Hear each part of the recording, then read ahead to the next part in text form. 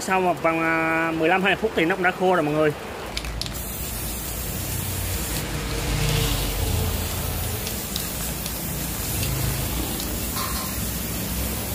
Thì đó.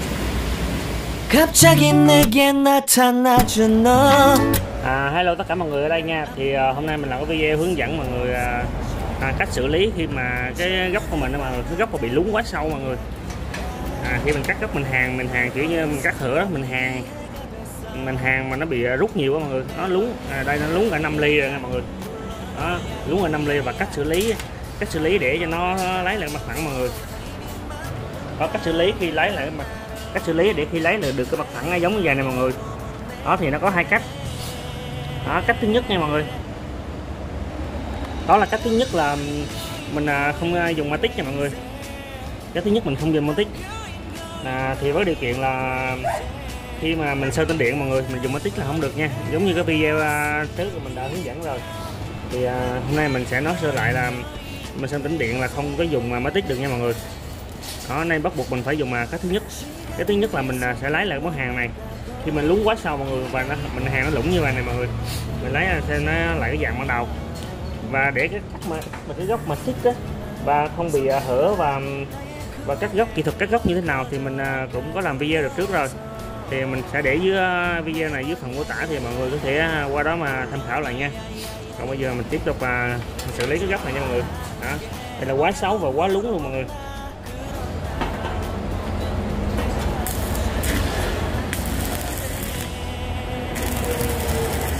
Đó, cách là mình dùng cán búa mọi người, mình dùng cán búa và mình dùng một cái đòn bẩy mọi người.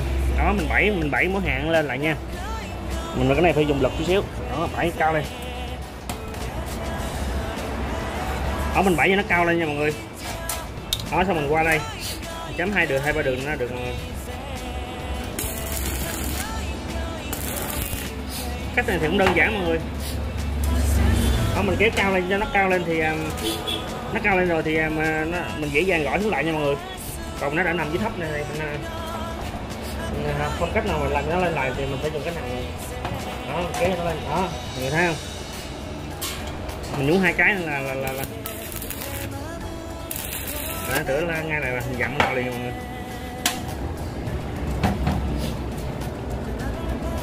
Đó, mọi người thấy không? Đó, nó cao lại rồi đó. Đó thì nó cao lại rồi thì mình hàng là bình thường nha mọi người. Và mình hàng để không bị lún thì mình hàng ở giữa này mình hàng ra, và mình hàng bên giữa này mình hàng ngược lại đây. Đó, hai cách.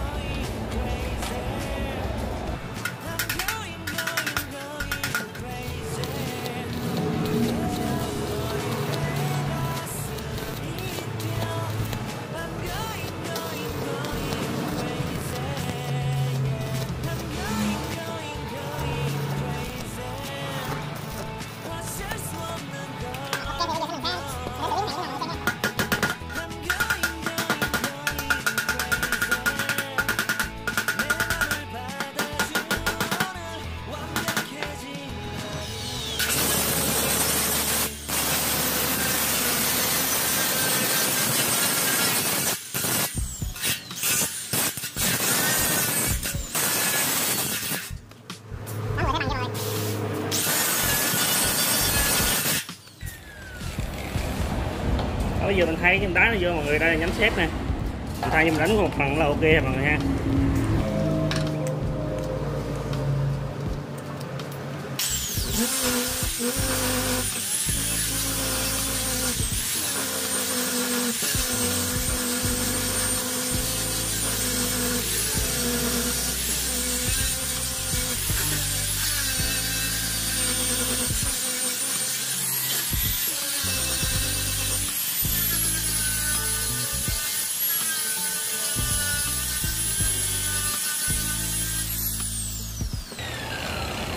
Nó rất là ok rồi mọi người, rất là phẳng luôn.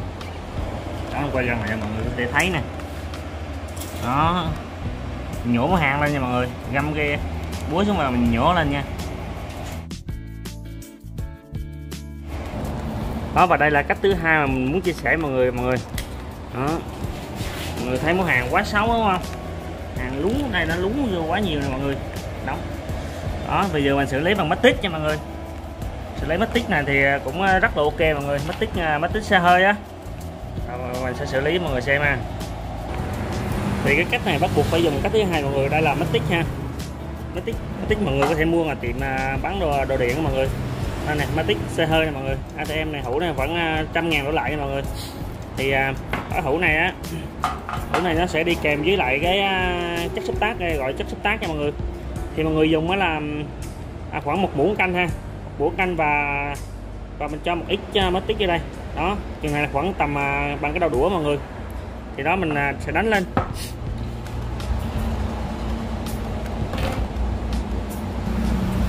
Đó, mình đánh lên khi nào nó đều thôi nha mọi người. Cái này mình bỏ lâu quá nó bị khô rồi. Còn mọi người mới mua là nó mềm lắm. Mình đánh đến khi nó đều thôi nha mọi người, nó trộn đều với nhau á. Là khoảng người trét lên khoảng tầm 15 phút nha mọi người. 15 phút đến 20 phút để nó khô hẳn thì lúc đó mình sẽ dùng máy mài mọi người, gắn nhắm xếp vô, mình xả đi ha. Thì mình xả đi thì nó giống như là mình sẽ bọt rồi thôi, thì nó bụi dữ lắm. Cái này nó khô quá mọi người. Thì cái này cũng rất là chắc nha mọi người ha. Mấy anh em thợ làm cửa phải biết mấy cái này nè.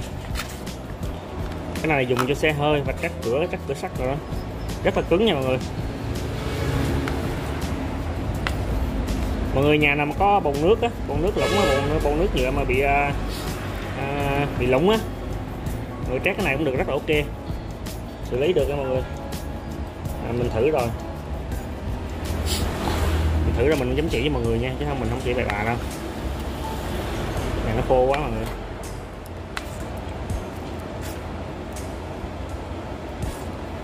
Nó mới trộn khi nó đều thôi nha mọi người. Đừng có chỗ trắng hay chỗ vàng nha.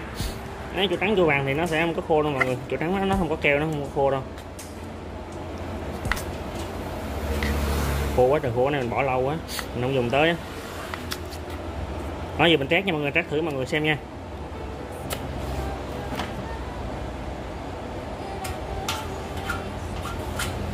Thì trước khi trét mọi người phải xử lý cái bề mặt cho nó phẳng nha mọi người, cho nó hết bụi nha, hết bụi hết dầu á, thì mọi người xử lý nó mới chuẩn được.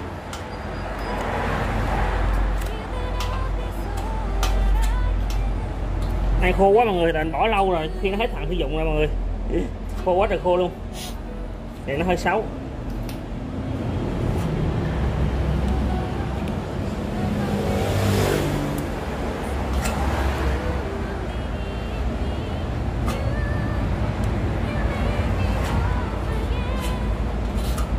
Đó, vậy tôi chờ trong vòng 15 phút mọi người, 15-20 phút cho nó khô hẳn thì mình lấy giấy nhám xả ha. Bây giờ mình đợi cho nó khô đây. Thì đó, sau một vòng 15-20 phút thì nó cũng đã khô rồi mọi người. Khô rồi đó mọi người, mình xả đấy nha.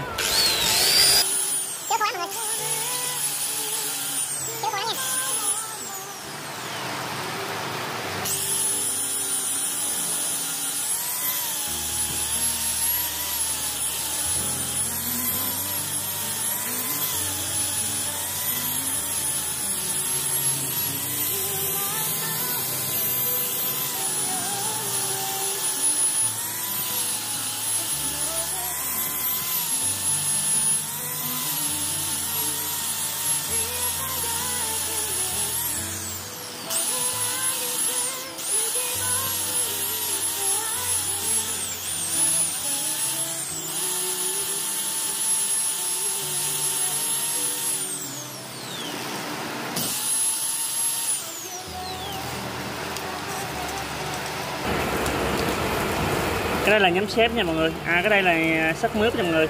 Cái này có tác dụng là đánh lên cho nó khỏi bị xước đó mọi người. Nó khỏi bị xước nha. Mình đánh này lên là không thấy dấu mài đâu mọi người.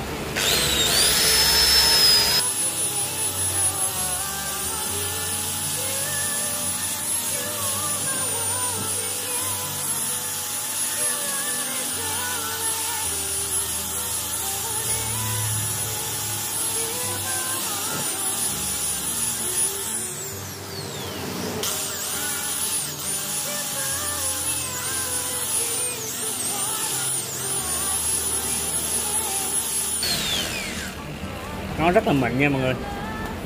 ở đây nó còn thiếu mấy điểm nữa này.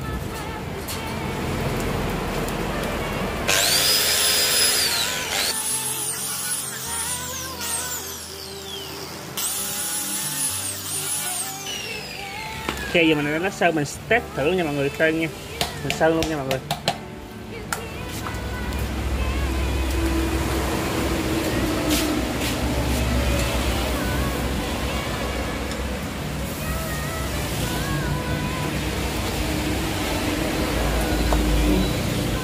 Mình sẽ thử luôn cho mọi người xem ha.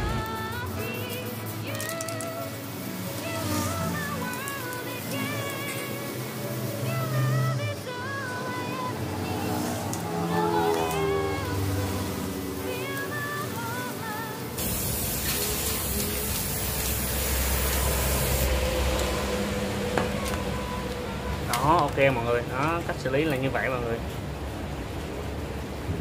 Ok ha.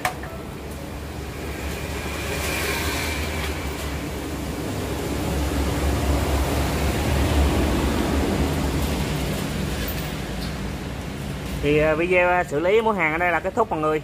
Người thứ hai thì ủng hộ mình một like và một lượt đăng ký kênh nha mọi người nha. Rồi cảm ơn mọi người, bye bye. Bye bye mọi người nha.